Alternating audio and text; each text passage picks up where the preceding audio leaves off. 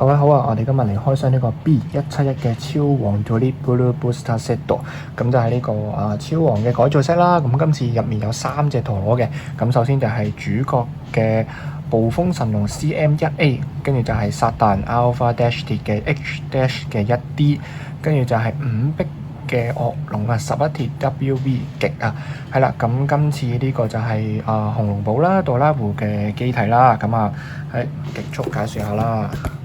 係啦，咁就係傳說幻獸朵拉光 chip 啊，咁佢屬於一個全體落啦，屬於一個右回轉嘅 Spark 件嘅 chip 嚟嘅。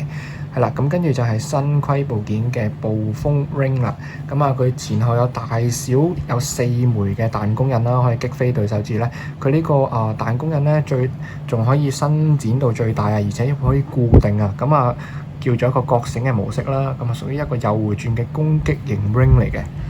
係啦，咁1A 就唔解説啦。咁以前我哋太陽神都出過啦。咁佢係非常之厚啦，非常之大啦。咁屬於一個右回轉嘅W SAS 啦底盤啦。咁同埋跟住呢個新規部件啦，就係CM 啊。咁就係Charge Metallo 啊。咁即係只不過係神龍啦，初代嘅王牌神龍嘅 CH 鐵嘅金屬版。咁見到佢改咗少少啦，咁佢就係外圍又係有金屬啦，咁而且佢今次個軸心呢一點個位置咧，都已經係變咗空心嘅金屬啊，就好似 Z Dash 咁樣嘅金屬版，咁屬於一個超重量級嘅攻擊型朵拉把嚟嘅。係啦，咁撒旦唔講啦，咁冇嘢好介紹嘅，係得個 Holudo Dash 就係 H Dash 啦。咁之前要買呢個巨人隊棒球巨人隊先有橙色嗰粒啦，咁今次就向下開放咗一粒紫色嘅 H Dash 啦。咁巨神都唔呢個5壁嘅破壞神啊，5壁惡龍都唔講啦，咁淨係有個極鐵啦，對下開放咗啦，之前淨係得金毛神會有啦，同埋喺日本打活動儲印仔先有儲到銀色嘅極鐵啦，係啦，咁同埋呢個新嘅WV 底，咁佢話中間咧佢有啲波浪紋狀啦，咁又可以有持久啦、加速啦，咁可以又有變化，可以有唔同嘅效果發揮啊！咁而且個軸心會係比較高少少啊，屬於一個平衡型嘅軸心嚟嘅。好，講完。好啦，咁呢啲我唔講啦，咁其實都好係啦，冇嘢好講啦。咁可能有啲用就會係呢個新嘅軸心啦 ，WV 嚟嘅。係啦，咁佢嗰個軸心咧係比一般嘅軸心高啲啦，咁而且佢好似有少少呢個F 底嘅感覺啊，係中間有粒點，咁但係呢粒點咧就比較高身啲嘅，咁側面咧有啲波浪形嘅形狀啦，咁而且佢呢個質地咧係比較滑嘅，滑身嘅，咁可能會有少少微束，哇，滑到跌咗落嚟，係啦，可能有少少微束啦，咁但係咧如果你拉得唔夠大力的話咧，可能佢就會淨係用粒點去接觸嗰個對戰盤啦，咁未必會暴走到嘅。反而我又有興趣，如果佢粒點咧削走咗之後咧，會唔會係一個強化型嘅 Alpha 底咧？咁但係暫時就未有 Dash 底嘅，咁所以就算係咁啦。係啦，咁我哋直接講主角啦，就係呢個暴風神龍啊。咁係啦，咁見到啦，咁佢個外形就係咁樣嘅。咁但係咧，今次呢個覺醒咧就唔似以前超 set 覺醒咁樣啦，咁其實佢係冇頂落啦，咁首先，但係佢覺醒咗之後咧，係會見到呢個彈弓印係伸咗出嚟嘅。本身佢呢個有彈弓啦，咁但係當你強力 shoot 嘅時候咧，佢呢個位咧係會令到佢固定嘅，咁唔似我哋嗰個以前神龍咁啦，即係 GT 嗰隻帝王神龍咧，淨係佢呢個位淨係識彈弓印，咁但係咧，當呢度拍實咗嘅話咧，咁其實呢度係唔會喐嘅，係固定咗嘅。咁但係當你想玩完嘅時候，想解除翻個覺醒模式咧，其實咁樣一撳就翻嚟㗎啦，就係咁樣啫。係啦，咁佢外質都幾厚啦，咁而且佢啲攻擊印啦都係比較水平啦，咁所以哼落去都會比較有力嘅。係啦，咁呢個藍色嘅1A 底盤啦，咁唔解説啦，係藍色係好靚嘅。好。咁跟住就係呢個新嘅底盤啊 ，CM 底盤啊，咁係只不過 CH 嘅metal 化啦，咁見到佢中間係空心啦，好似 set 底咁樣啦。咁其實佢外質都同平時我哋嘅 CH 底相若嘅。係啦，咁極速講説完啦，暴風神龍。係啦，咁大家最關心都係呢啲新規部件有幾重咧？咁因為佢咧今次個 ring 咧，佢呢度有 gimmick 啦，所以我都想知道淨係個 ring 係有幾重嘅。係啦，淨係個 ring 都有接近13g 啊！咁如果加埋呢、個神龍嘅漿啦，係接近有16啦。係啦，咁但係咧當然啦，而家一定要裝呢個惡龍 chip 啦。咁 so far 佢其實吸落去咧個樣係幾襯嘅。等我拍翻佢先。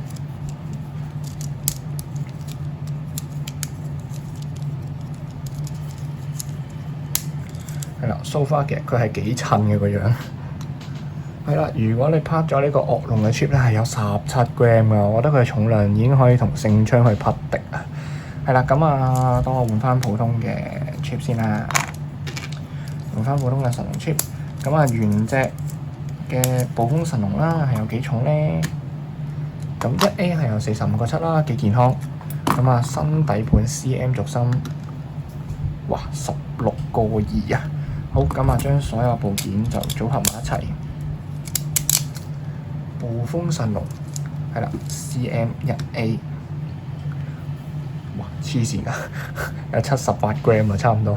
咁簡直係呢個發射器嘅破壞者啦！呢、個78我覺得太 over 啦，即係佢係好重嘅，冇錯係好重，但係佢嗰個 CM 嘅軸心啦，因為我哋以前玩 CH 底咧，基本上佢拉咧都有啲跳嘅，咁我認為 CM 底都不例外啦。咁係啦，咁如果原裝係有78的話咧，咁用埋呢個惡龍 chip，將佢哋友情合體。暴風惡龍嘅 CM1A， 哇係有79g啊！我覺得好誇張。咁係啦，咁一陀螺都越出越重啦，咁所以啲發射器受到嘅傷害就越嚟越大啊！好，咁哇呢個極速就介紹完啦，咁我哋而家係要拉幾鋪睇下佢嘅所謂覺醒印會係點嘅樣啦，咁同埋就輕輕對戰1-2鋪啦，咁我哋開片。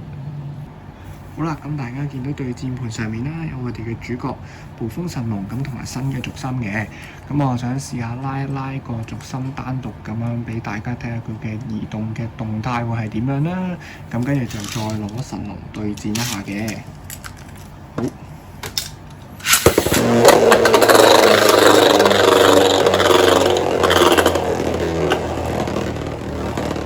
係啦，咁我覺得佢個動態咧就同 F 底差唔多，又係大力嘅時候就會向上走啦，跟住走幾圈之後就會落翻中間咁樣嘅，咁可能個軸心個高度就比 F 底高少少啦，咁我認為嗰個分別就唔太大嘅。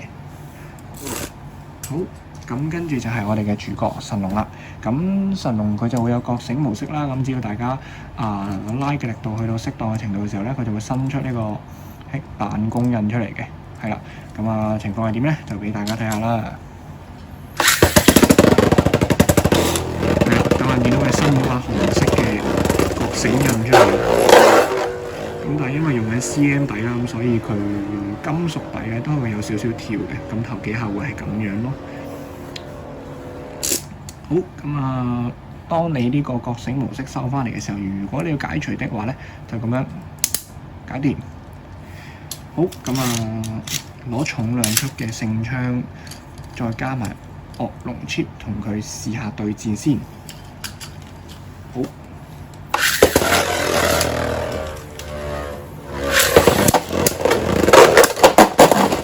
咁一擊飛咗佢。好，咁可能聖槍失手啫。咁但係因為個 CH dash 其實拍落去咧都唔算好實啊。係啦，咁所以就可能大家要換個第二粒底一陣。好，今日再試多鋪。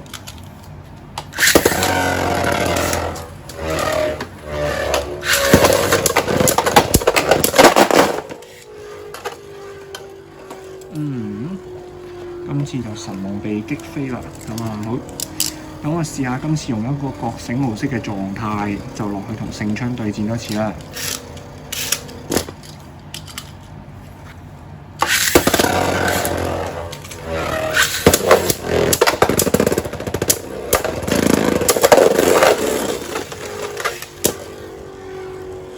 咁我哋呢度就毫主觀嘅，咁我哋就翻去嗰邊傾兩句啦。好啦，咁啊頭先拉咗幾鋪啦，翻嚟呢邊就講多兩句啦。咁頭先神龍第一鋪就好用力咁啊擊飛咗隻聖槍啦，咁但係第二三鋪咧就俾聖槍擊飛翻轉頭，甚至乎係被擊爆嘅。咁點解咧？因為我都好想將主觀嘅一面咁啊俾大家睇，就唔會淨係拍佢贏嘅一面俾大家睇嘅。係啦，呢個係不嬲我講嘅宗旨嚟嘅。咁但係因為咧佢 CM 底咧，佢首先冇 dash 底啦，其次佢真係好鬆嘅，聽下啲聲。基本上係個 lock 係形同虛設嘅，咁所以咧佢被擊爆咧都唔會係啲咩比較出奇嘅事。咁但係我認為咧，如果大家許可的話咧，我覺得係可以換咗呢個惡龍嘅 chip 上去先啦。咁首先佢個 chip 應該係會比原裝重啲先啦。咁其次咧就係佢個 lock 應該係會比神龍好少少嘅，係啦，聽啲聲都係大聲啲嘅。咁但係我就唔太建議用原裝呢個CM 底啦。咁如果有得揀的話咧，咁一定係用 Dash 底啦。咁但係會配啲咩底咧？咁暫時都未有方向嘅。咁可能會試下佢呢個H Dash 俾大家玩下啦。咁或者我覺得係啲超攻擊型嘅底盤啊，或者 DS Dash 呢啲比較穩陣嘅軸心都可以一試嘅。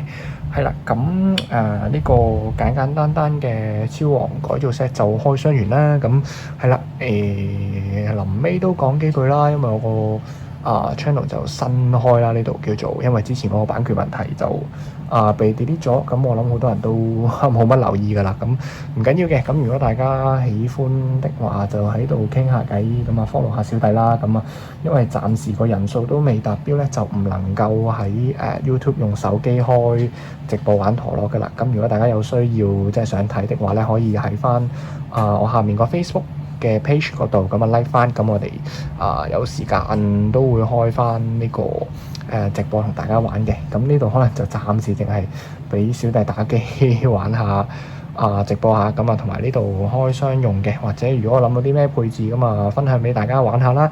咁如果第一次入嚟嘅朋友，希望睇完呢度之後會令到你有多啲方向啦。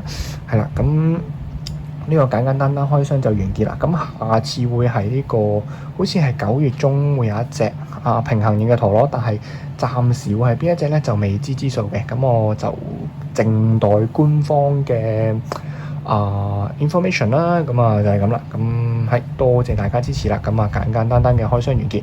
咁下次9月中再見，拜拜。